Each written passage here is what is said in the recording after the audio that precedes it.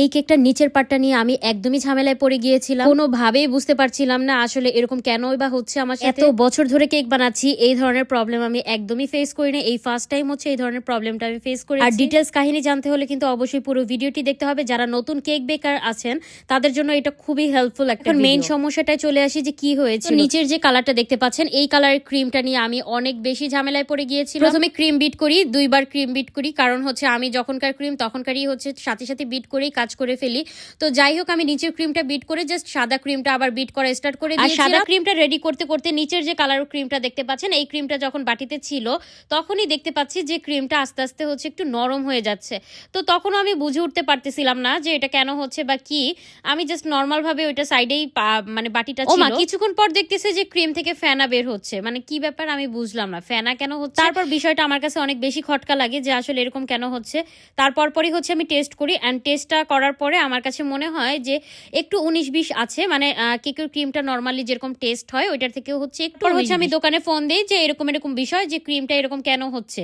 তো তখন উনি বলে যে ওনার কাছে নাকি আরো 3 থেকে 4 জন আপু আর কি আসছে, এই ক্রিমের কমপ্লেইন দিছে। তো তারপরে হচ্ছে আমি কি করব, আমার ফ্রিজে হচ্ছে আর একটা ব্র্যান্ডের ক্রিম ছিল, সেই ব্র্যান্ডের ক্রিমটা আমি পরবর্তীতে ইউজ করি, কারণ আমার ডেলিভারিটা হচ্ছে একদম দুপুরের মধ্যেই দিতে হবে।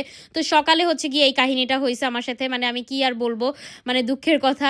মানে যখন কিনা তাড়াহুড়ার কাজ তখনই হচ্ছে গিয়ে এই ঝামেলায় আর কি পড়ছি। তো আমি আসলে মানে বুঝে উঠতে পারতেছিলাম না যে এত তাড়াহুড়া করে কি করব। ইনস্ট্যান্ট হচ্ছে ডিপ ফ্রিজ থেকে হচ্ছে আমি ক্রিম বের করে একদম নর্মাল পানিতে ভিজায় ফেলি। সাথে সাথে হচ্ছে ভিজানোর পরে 20 থেকে 30 মিনিটের মধ্যেই হচ্ছে আমি আবার বিট করে পুরো ক্রিমটা হচ্ছে গিয়ে নতুন করে ক্রিয়েট করি, অ্যান্ড সুন্দর করে হচ্ছে ফুল ডেকোরেশনটা করি। মানে এমন একটা ঝামেলায় পড়ছি। সো এরকম যদি কেউ প্রবলেমে পড়েন অবশ্যই হচ্ছে দোকানে একটু কল দিয়ে জিজ্ঞেস করবেন, কারণ অনেক সময় অনেক ক্রিমেই হচ্ছে গিয়ে একটু টুকটাক প্রবলেম থেকে থাকে, যদিও হয় না, মানে সচরাচর হয় না নর্মালি।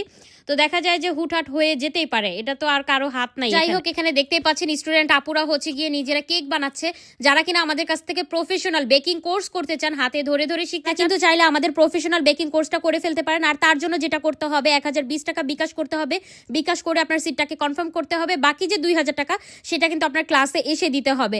আর আমরা প্রত্যেকটা ব্যাচে কিন্তু 10 জন স্টুডেন্ট নিয়ে থাকি। আর আমাদের যে পরবর্তী যে ব্যাচটা, এই ব্যাচে মাত্র 3টা সিট আমাদের অ্যাভেলেবেল আছে।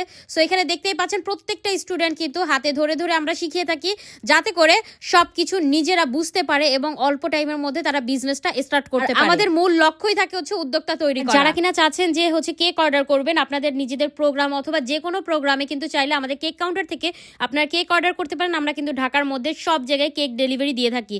সো যাদের কেক প্রয়োজন মিনিমাম 1 থেকে 2 দিন আগে অর্ডার করলেই কিন্তু আপনারা টাইম মতো কেকটা পেয়ে যাবেন। আর ক্যাশ অন হোম ডেলিভারিতে কেক পেয়ে যাবেন। মানে আপনি চেক করে দেন হচ্ছে আপনার টাকা দিতে হবে।